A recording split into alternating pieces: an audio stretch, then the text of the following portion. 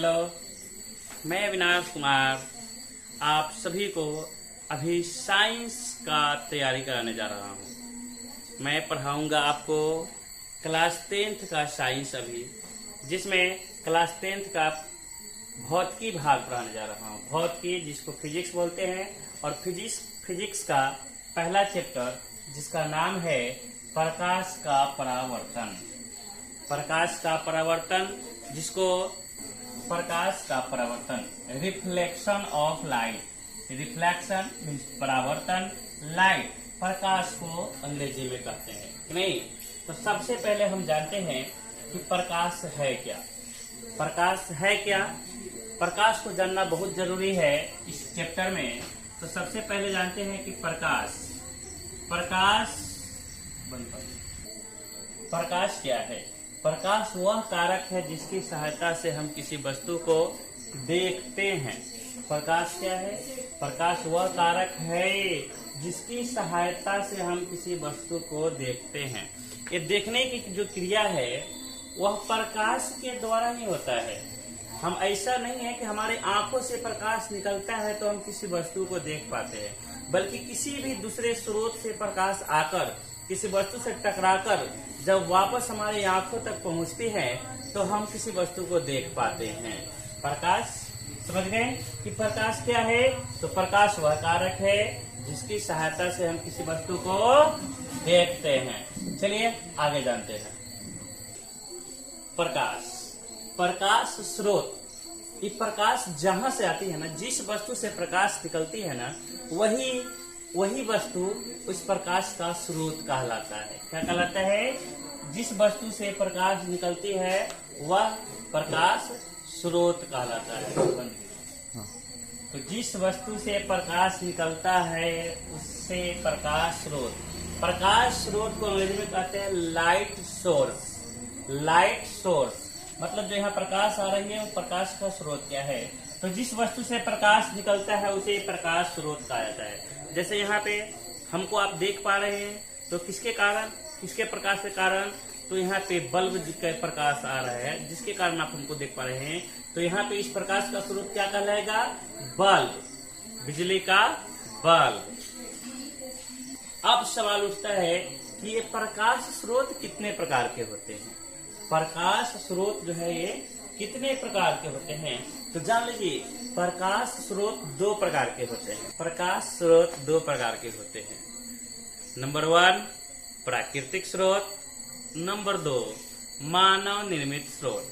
प्राकृतिक स्रोत जिसको अंग्रेजी में कहते हैं नेचुरल सोर्स। क्या बोलते हैं? Natural source. और मानव निर्मित स्रोत जिसको अंग्रेजी में बोलते हैं मैन मेड सोर्स। क्या कहते हैं?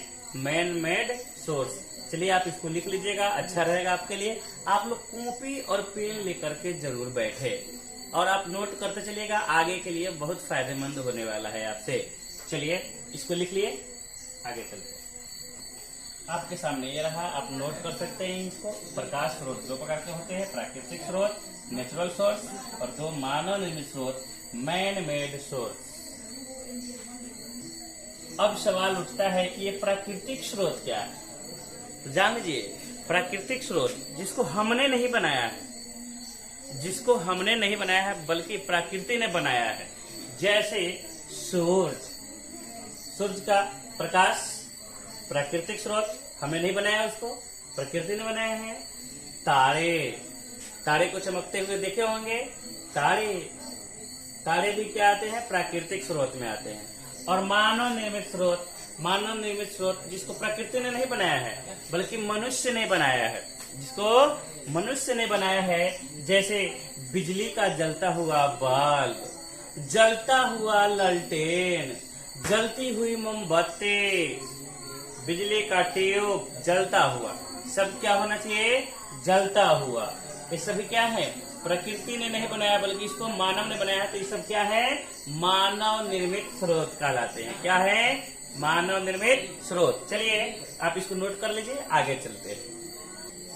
इस दुनिया में भी अलग अलग प्रकार के वस्तुएं पाई जाती है।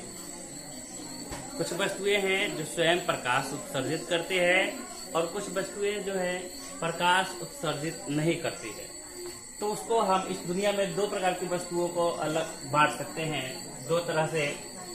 एक होता है प्रदीप्त या दीप्तिमान वस्तुएं, जिसको अंग्रेजी में कहते हैं लुमिनस। प्रदीप्त या दीप्तिमान वस्तुएं तो ये क्या है? तो वे वस्तुएं जो स्वयं प्रकाश उत्सर्जित करती है, प्रकाश उत्पन्न करती है, उसे दीप्तिमान वस्तुएं कहते हैं। क्या कहते हैं उसे? दीप्तिमान। प्रदीप्त, दीप्त या दीप्तिमान इसको बोलते हैं, ठीक ना। और वे वस्तुएं जो खुद प्रकाश उत्सर्जित नहीं करते हैं, उन्हें अदीप्त या अप्रदीप्त या अदीप्तिमान वस्तुएं भी कहते हैं, जिसको अंग्रेजी में नॉन लुमिनस कहते हैं। क्या कहते हैं? Non luminous. तो दो प्रकार की वस्तुएं, प्रदीप्त या दीप्तिमान वस्तुएं और अप्रदीप्त या अदीप्त या अदीप्तिमान वस्तुएं। अदीप्तिमान वस्तुएं वे वस्तुएं जो प्रकाश उत्सर्जित नहीं करती हैं, जैसे देखिए डेस्क, बेंच, दीवार, ये सब प्रकाश उत्सर्जित करती है। ये मार्कर नहीं उत्सर्जित करती है, कॉपी, कलम। हम अपने चारों ओर की वस्तुओं का उदाहरण दे सकते हैं जो वस्तुएं प्रकाश उत्सर्जित नहीं करती है। और दीप्तिमान जो वस्तुएं प्रकाश उत्सर्जित करती है, जैसे अभी बताए हैं, जलता हुआ बल्ब, मोमबत्ती, सूर्य, तारे, ये सब क्या हुए? दीप्तिमान वस्तुएं हुए। क्या हुए? दीप्तिमान। अब हम लोग जानते हैं प्रकाश की किरण। प्रकाश के किरण, रे ऑफ लाइट क्या है? हम जानते हैं कि कोई भी वस्तु जब प्रकाश उत्सर्जित करती है तो उससे निकलने के बाद प्रकाश एकदम सीधी रेखा में, सीधी लौ के साथ आगे बढ़ते जाती है, नहीं? तो इसी से समझते हैं प्रकाश की किरण बहुत आसान है कि सीधी रेखा में चलने वाले प्रकाश को प्रकाश के किरण कहते हैं। सीधी रेखा में चलने वाले प्रकाश को प्रकाश के किरण कहते हैं। चलिए इसको लिख देते हैं, अच्छे से समझ लीजिए इसको। तो आपके सामने कि एक सरल रेखा में चलने वाले प्रकाश को प्रकाश की किरण कहते हैं। एक सरल रेखा में चलने वाले प्रकाश को प्रकाश के किरण कहते हैं। आप इसको नोट करते चलेंगे तो बहुत अच्छा रहेगा। आप कॉपी और पेन जरूर लेकर बैठिए और नोट कर लीजिए, ठीक है? या स्क्रीनशॉट इसका मार सकते हैं। चलिए हम थोड़ा हट जाते हैं, आप नोट कीजिए। अब आपके सामने सवाल है कि किरण पुंज क्या है? किरण पुंज क्या है? तो देखिए, प्रकाश के जब प्रकाश कोई वस्तु उत्पन्न करती है तो बहुत सारा उसमें से किरणें निकलती है, चलती है एक साथ बहुत सारी किरणें। कोई किरणें आगे बढ़ने के साथ साथ फैलती जाती है, आगे बढ़ने के साथ साथ एक जगह पर मिलते जाती है। तो जानिए कि प्रकाश के किरणों के समूह को किरण पुंज कहते हैं। प्रकाश के किरणों के समूह को किरण पुंज कहते हैं। किरण पुंज को अंग्रेजी में बीम बोलते हैं। क्या बोलते हैं? बीम। चलिए आगे देखते हैं, जानते हैं, लिखते हैं इसको, इसकी परिभाषा लिखने से जानते हैं। और हाँ, आप हमारे इस चैनल को सब्सक्राइब जरूर कर दीजिएगा। मेरे इस वीडियो के नीचे आपको सब्सक्राइब दिख रहा होगा लिखा हुआ, उसको दबा दीजिएगा। और उसके बगल में घंटी का बटन भी दिख रहा होगा, जिसको जरूर दबाइएगा कि सारी मेरे वीडियो का नोटिफिकेशन जो है आप तक सबसे पहले पहुंचेगी। आप सब्सक्राइब जरूर कीजिएगा। तो प्रकाश के किरणों के समूह को किरण पुंज कहते हैं।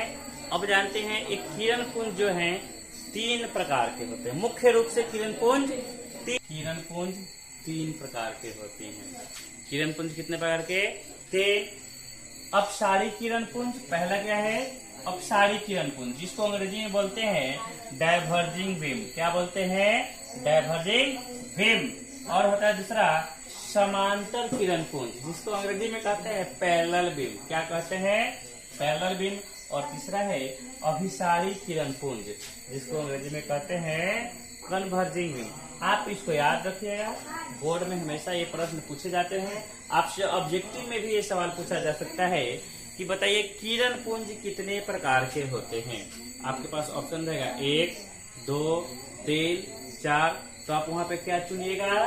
क्या चुनेंगे कि किरण पुंज 3 प्रकार के होते हैं। कितने प्रकार के होते हैं? 3। कौन कौन? अपसारी किरण पुंज, समांतर किरण पुंज और अभिसारी किरण पुंज। चलिए आगे चलते हैं।